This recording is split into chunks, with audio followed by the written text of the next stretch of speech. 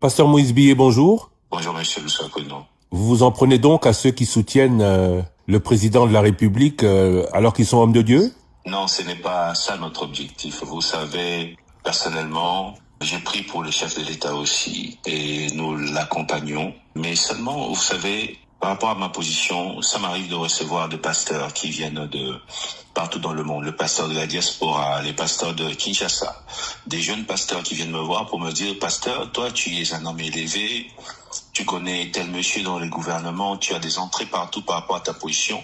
Nous, on peut se greffer, on peut passer derrière toi, créer un mouvement lié aux églises, créer notre propre mouvement où tu seras notre leader. Comme ça, avec la facilité que tu as d'entrer partout, nous pourrons manger de l'argent. Nous pourrons faire comme si nous accompagnions tel ministre, nous accompagnons les chefs de l'État pour que de temps en temps nous soyons payés. Vous voyez, j'ai vu des choses comme ça tout le temps. Et moi, une fois j'ai posé une question à l'un des pasteurs qui m'a proposé la chose, je lui ai dit, quel est l'article qui devrait changer dans la Constitution? Il me dit, je ne sais pas, mais ça doit changer seulement, on doit accompagner les chefs de l'État. Je lui ai dit, c'est ça le problème. Vous ne devriez pas communiquer comme ça. Il faudrait viser l'intérêt du peuple. Il ne faudrait pas que les débats tournent autour d'une personne. C'est-à-dire que nous soyons contre le changement, que nous soyons pour le changement, mais il ne faudrait pas se lever et dire nous le faisons pour les chefs de l'État. Même le chef de l'État n'a pas besoin de ça, mais nous le faisons parce que le pays doit évoluer. Je suis aujourd'hui représentant légal d'une église que je n'ai pas créée. La cité Bethel est née en 1977 et moi j'ai pris les règnes de la cité Bethel en 2021. Lorsque je suis arrivé à la tête de la cité Bethel, je me suis retrouvé avec un statut vieux qui a été créé en 94 lors de Singa Oudjou comme Premier ministre. Alors, qu'est-ce qui s'est passé? Je sentais que ce qui était repris dans les statuts ne correspondait pas aux enjeux du moment, aux réalités du moment et même à la nouvelle génération que moi j'incarnais à la tête de la cité Bethel.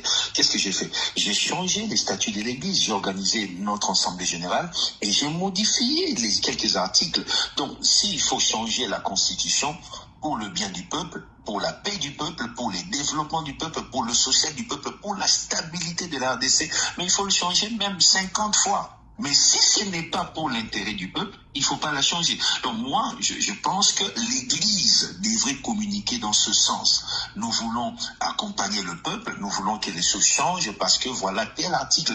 Quand j'observe parfois les débats à la télé, des hommes de Dieu qui passent, qui parlent du changement, mais ils ne parlent même pas d'un seul article qu'ils maîtrisent qui devrait changer. Donc nous tous, catholiques, imams, prophètes, pasteurs des églises de réveil, nous devons parler pour l'intérêt du peuple, soutenir les chefs, mais pour l'intérêt du peuple. Vous dites aussi imams et prêtres? Ils doivent accompagner les présidents. L'Église doit accompagner les présidents, mais pour l'intérêt du peuple.